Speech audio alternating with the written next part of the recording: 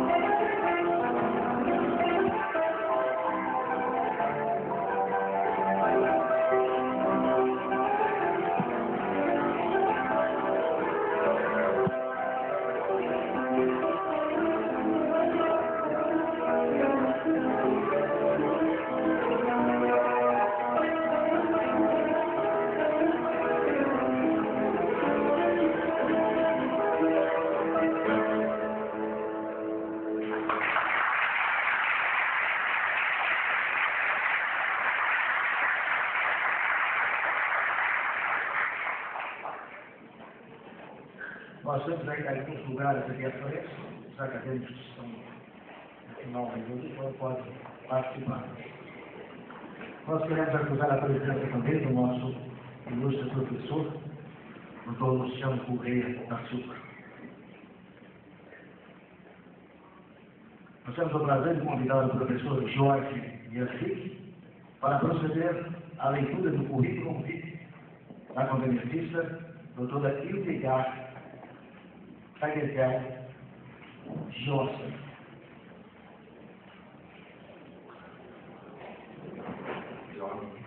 É casada,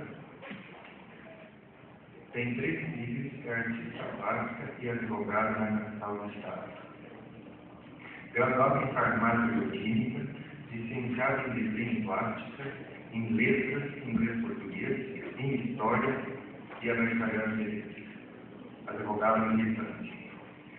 A nível de pós-graduação, possui curso de mestrado em Direito das Relações Sociais pela Universidade Federal do Paraná, curso de especialização em Língua Portuguesa, curso de especialização em Filosofia, atualização do pensamento filosófico, grupo de pesquisa, o mito da filosofia na literatura, todos pela Pontifícia Universidade Católica do Paraná. Conhece vários idiomas, entre os quais inglês, francês, italiano, espanhol e alemão. Ministrou vários cursos de inglês, francês, de oratória e artes plásticas. Proferiu conferências sobre o tema erro médico no Centro de Estudos Circe Rinaldi, Clínica ATM em Curitiba, no 5º Encontro Internacional de Direito da América do Sul, em Buenos Aires, no 1º Simpósio Internacional de Direito da UNOESP, em Joaçaba, Santa Catarina, no Centro de Estudos do Hospital São Vicente, em Curitiba. Atividades de assessoria. Em 1973, perito judicial para a tese de determinação e identificação de tóxicos, Fórum de Moarama. Em 1989, consultora do Clube de Oratória 11 de Agosto da Faculdade de Direito de Moarama. Em 1994, consultora jurídica do Telejuris Consultoria e Pesquisa Curitiba. Recebeu o troféu de imprensa Personalidade Feminina do Ano da DIS Promoções Artísticas e Recreativas de Moarama. Certificado e prêmio, primeiro lugar, no concurso Monografia sobre Ética Médica da Associação Médica do Paraná, Curitiba. Participou de vários congressos, entre os quais, em 1996, ciclo de conferências Direito Comparado da Universidade de Paris I, Sorbonne, proferida em francês, dispensando a participação no interno. Entre os vários trabalhos publicados, destacam artigos médicos na área jurídica, monografias na área médica e judicial, monografias na área de história. Em 1996, defendeu a tese de mestrado Obrigação de Meio e Resultado na Responsabilidade Civil do Médico.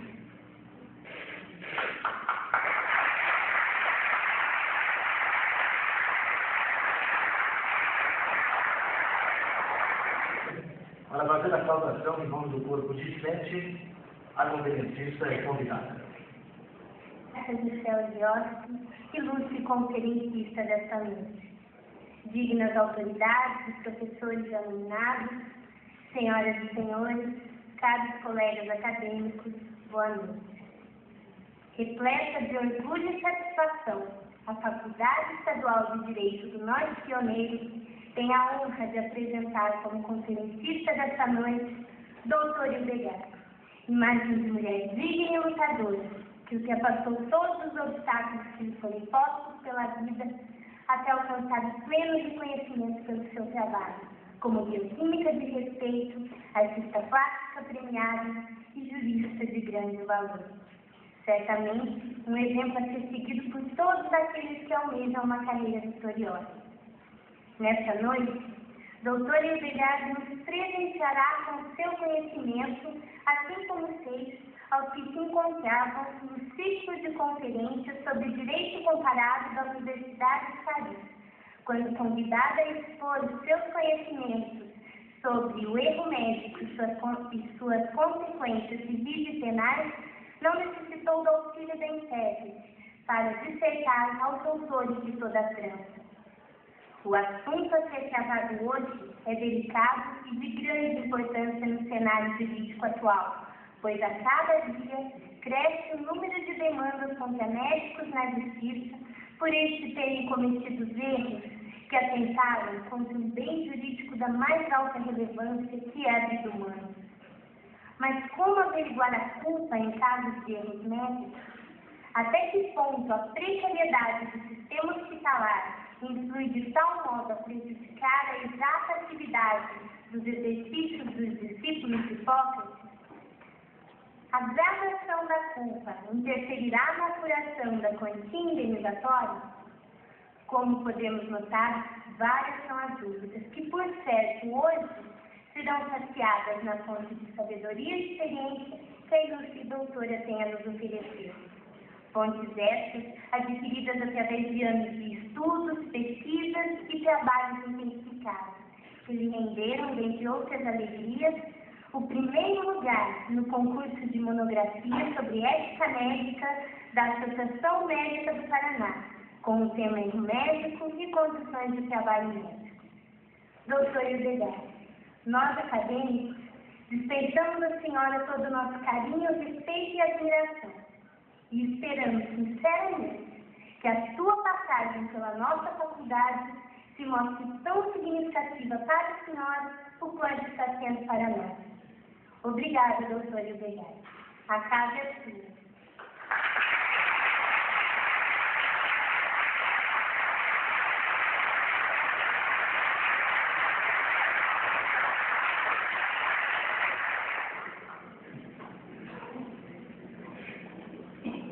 E agora nós temos o prazer de passar a palavra à doutora Hildegard Giosta, que é advogada, que escolherá sobre o tema a responsabilidade do médico.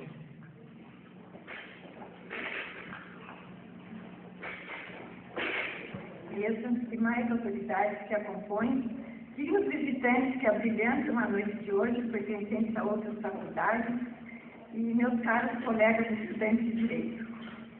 É para mim um prazer muito grande estar aqui com todos hoje, atendendo esse gentil convite. E como se não bastasse todo o carinho que a mim foi dirigido, ainda as palavras da nobre acadêmica, que muito me emocionaram e muito me tocaram. Se alguma coisa posso deixar como exemplo, é dizer que, entre o difícil e o impossível, existe um caminho muito grande a ser percorrido. O que é difícil não quer dizer impossível. E as limitações somos nós mesmos que as impomos, que para a nossa mente não existe limite. O computador que hoje nos assombra é uma tênue e pálida cópia do que é este computador maravilhoso que é a mente humana. Então, se algum exemplo eu posso ser chamada, e se alguma coisa eu posso deixar como exemplo é essa. Não existe dificuldade. E não existe algo impossível para o que quer. A vontade está acima de tudo. E ao lado dos agradecimentos a ilustre convite que me foi ofertado por essa escola, as palavras da nossa acadêmica, gostaria também de deixar registrado um agradecimento especial ao meu caríssimo, querido amigo e colega Marcelo, aluno dessa faculdade, que hoje me acompanhou durante todo o dia, me levando aos lugares principais da cidade, aos seus ilustres moradores, e fazendo com que eu ficasse bastante encantada por um lugar que ainda não conhecia e me arrependi de ter vindo tão tarde, e onde espero voltar mais vezes. Então, um agradecimento de coração a tantos nossos carinhos e a tantas gentilezas.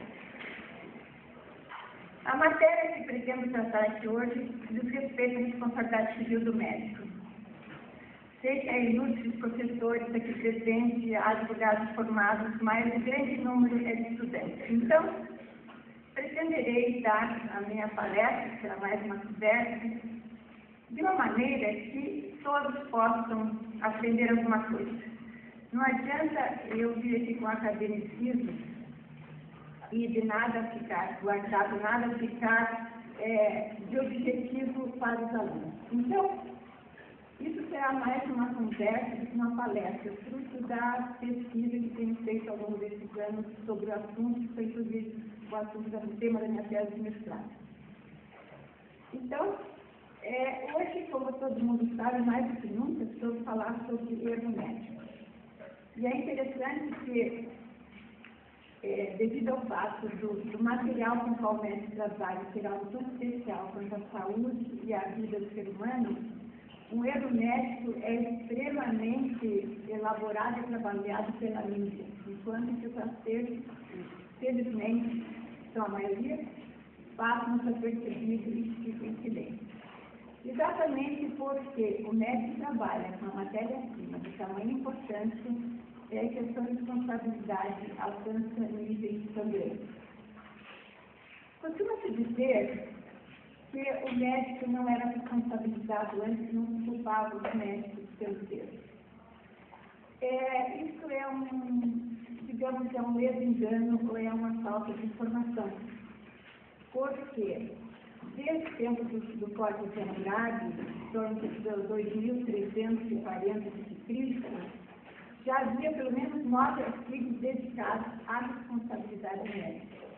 Ou seja, o médico, quando errava, era responsabilizado e o que valia naquele tempo era a lei de Talião. Se o seu paciente perdesse a vida, o médico perderia a vida também. Então, a responsabilidade médica é algo que vem de muito tempo. Apenas o que mudou foi a diferença de como é tratada essa responsabilidade. E a nossa própria responsabilidade também foi mudando ao longo do tempo. E, portanto, por exemplo, mencionando outros assuntos históricos, entre os visigodos, as tribos antigas dos visigodos, era comum que o médico fosse responsabilizado por uma soma muito alta quando ele prejudicava um servo, um escravo. Se ele mutilasse um homem livre, lhe era decepada a mão direita. E se esse homem livre viesse a morrer, ele também pagaria com a sua própria vida. No Egito, por outro lado, também os médicos eram responsáveis, mas não tanto. Responsáveis no sentido de serem responsabilizados duramente, porque a medicina lá era exercida por sacerdotes. Mas eles também eram bastante duros nas suas regras, mesmo em relação ao sacerdote. Então, como a responsabilidade civil caminhou ao longo do tempo, também caminhou a responsabilidade médica. Isso quer dizer que o médico nunca pagou pelos seus erros é algo infundado de falta de informação. O que é responsabilidade? Responsabilidade vem do latim respondere, quer dizer responder. Então, responder por o quê? Responder por alguma coisa que devíamos ter feito e não fizemos. Ou seja, tomar ao nosso encargo as consequências dos nossos atos. Essa é a base da responsabilidade. Voltando para os dias atuais, deixando os nossos amigos visigodos, egípcios e babilônios, em 1804, como o senhor bem sabe, Napoleão editou o seu código. Código esse que serviu de base para inúmeros outros códigos, inclusive o nosso brasileiro. No Código de Napoleão, de 1804, dizia assim: todos os danos culpáveis devem ser reparados. Todos os danos culpáveis devem ser reparados. Poucos anos depois, em 1916, como o senhor sabe, foi editado o nosso Código Civil, que passou a viver no ano seguinte, portanto, 1917, e que, com base no Código de Napoleão, preferia-se assim: o médico é obrigado a reparar o dano que causa ao trem por imperícia, imprudência ou negligência. E bem mais atual, o nosso Código do Consumidor trouxe a seguinte norma: o médico será responsabilizado por aquilo que causar de mal, sendo verificada a sua culpa. Qualquer dano que o médico vier causar, verificada a sua culpa, ele deverá ser responsabilizado. Bom, então o que nós deduzimos daí? A responsabilidade médica hoje está assente na culpa. Isso quer dizer, na teoria subjetiva da responsabilidade, que, como todos sabem, nós temos a teoria objetiva e a subjetiva. A teoria subjetiva da culpa se assenta na noção de culpa. E o que seria a culpa? A culpa seria a violação de um direito que o agente deveria conhecer, deveria respeitar, deveria caçar e não fez. Quer dizer, existe a culpa, como o senhor sabe, em sentido lato, que seria o dolo, e a própria culpa, que seria a culpa simples, em sentido estrito, que é a culpa que nos interessa, onde não existe o dolo. Portanto, os pressupostos da responsabilidade civil subjetiva, poderíamos dizer, seriam três. Primeiro, a existência de um dano. Segundo, o nexo de causalidade entre este dano ocorrido e o fato que está sendo imputado ao agente. E, por terceiro, a culpa em qualquer dessas três modalidades, imperícia, imprudência ou negligência.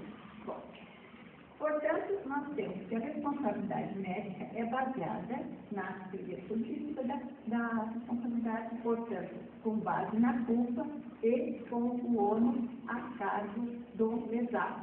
Então, caberá àquele que se sentiu lesado pelo ato médico demonstrar a sua culpa. Conquanto sejam figuras muito próximas da inferida, incidência e negligência, é necessário fazer uma pequena distinção entre elas, porque na vida prática elas guardam uma diferença bastante acentuada. A imprudência seria aquele procedimento sem cautela, seria a contradição às normas do procedimento sensato. No dizer do mestre de agir, seria a acoiteza no agir. Que exemplo daríamos de uma maneira imprudente de um médico agir? Por exemplo, os senhores sabem que existe o bisturi, que é uma lâmina muito fina, e existe o bisturi elétrico, que tem uma potência de corte N vezes maior que o bisturi comum. Então, aconteceu uma vez, é um processo verificado, de um médico que inadvertidamente pegou um bisturi elétrico para fazer uma incisão no abdômen do seu paciente, e aplicou aquele bisturi elétrico a mesma pressão que ele costumava aplicar quando fazia a primeira incisão com o bisturi comum. O que aconteceu? A potência, em sendo número vezes maior, acabou por atingir as próprias alças intestinais, o dano foi bastante grande. Então, isso seria uma atitude imprudente. Ele devia ter pensado que se tratava de um outro tipo de instrumento ao qual ele não estava habituado, e ele tinha que analisar o alcance, mas ele não agiu com a devida cautela. Portanto, a imprudência é o agir sem cautela, ou sem a cautela necessária para aquela situação em questão. A segunda figura, a imperícia, é a falta de habilidade para praticar determinados atos. E aí temos que fazer um pequeno parênteses. Até alguns anos atrás, quando não havia esse número muito grande de especialidades que existe hoje, o mesmo médico que atendia o seu paciente do coração, cuidava dele quando ele fraturava uma perna, lhe retirava as vísceras quando fosse necessário, e lhe retirava o apêndice quando ele estruturava. Então, o médico sai de uma faculdade de medicina habilitado a exercer a profissão médica, ele está habilitado. Porém, hoje, permanente, com o problema das especialidades, o que nós temos? O médico continua habilitado, porém, ele pode não estar capacitado. E essa capacidade, vejam diferentemente do nosso termo jurídico capacidade. Capacidade para praticar determinados atos, no caso de habilidade. Por exemplo, um médico que sai de uma faculdade, faz uma especialidade tal qual cardiologia, ele vai cada vez se aproximando mais, conhecendo melhor o coração, especializando-se até a última possibilidade sobre os conhecimentos relativos àquele órgão. Se muitos anos depois de ter só ter trabalhado com o coração, ele tiver que fazer um serviço ortopedista, em primeiro lugar, vai ser muito difícil, segundo, ele vai cometer talvez erros graves e vai se sentir completamente impotente frente àquela situação que não lhe diz respeito, porque ele aprendeu a mexer com o órgão que é o coração. Então, o que se vê hoje em dia? O médico continua habilitado para mexer com o ser humano, mas ele talvez não esteja capacitado devido à sua especialidade. Ele tem a capacidade de atuação dentro de determinada especialidade que é aquela a qual ele direcionou o seu estudo, o seu trabalho. Muito bem. Então, dentro do exemplo de imperícia, poderíamos dar que o médico tem uma especialidade X e decide atender um cliente que necessita de uma especialidade Y, que não é a dele. Qual seria a sua postura correta? Simplesmente encaminhar aquele paciente para um outro médico tão habilitado quanto ele, porém melhor capacitado, porque está dentro daquela especialidade. Então, esse seria um exemplo de imperícia. Quanto à negligência é um ato negativo. Enquanto os outros dois atos são positivos, é fazer alguma coisa de maneira indevida, a negligência é uma omissão, é um não fazer. Então, a negligência médica seria omitir-se de determinados cuidados, determinadas atitudes que seriam normais no caso em questão. Por exemplo, um exemplo de negligência. Antes de toda a cirurgia, o senhor sabe, o médico deve escovar a mão, existe um manual que diz que ele deve escovar a mão durante 5 minutos.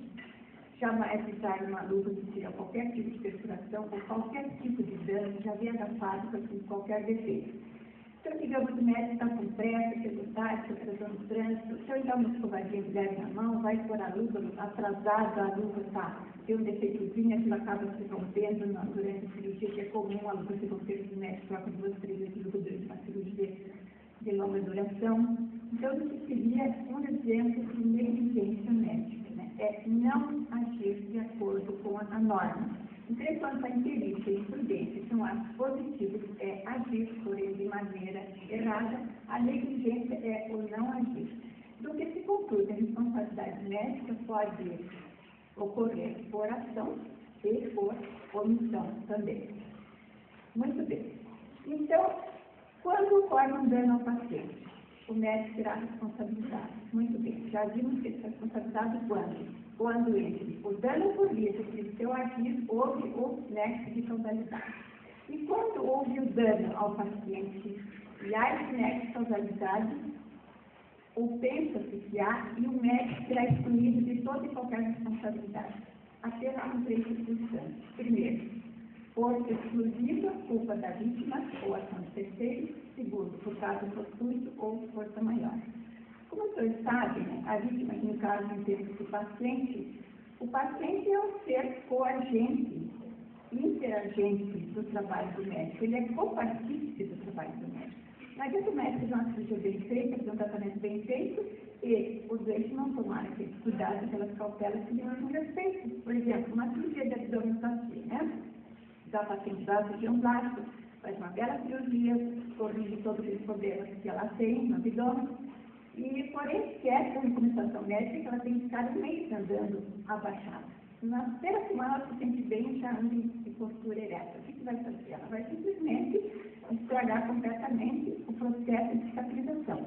Aí um pouco ela volta ao médico reclamar do trabalho dele. Não existe culpa médica, independente de quão danoso tenha sido o resultado. A culpa foi da paciente que não seguiu a risca dos conselhos médicos. O tratamento médico, que quer dizer um tratamento que o medicamento recomendado não for tomado. Então, o paciente, como é coagente, ele tem as suas responsabilidades, ele tem as suas obrigações. Então, não é dizer que apenas deveres do médico. O médico tem deveres e tem direitos, o paciente tem direitos e tem deveres. Muito bem. Os senhores sabem que a França é um país que a gente se espelha em muitas coisas. Mas nada como no que tange a responsabilidade civil do médico. A França, rapidamente, o país que está aí na frente em codificação, em jurisprudência, em doutrina, e é hoje não só o país no qual nós nos espelhamos, como inúmeros países que estejam na área da culpa médica. Então, com base nisso, eu gostaria de dizer o seguinte. Já vimos que a responsabilidade do médico é subjetiva, se assenta na culpa, que são as modalidades, as suas 3 modalidades, imperícia, imprudência e negligência.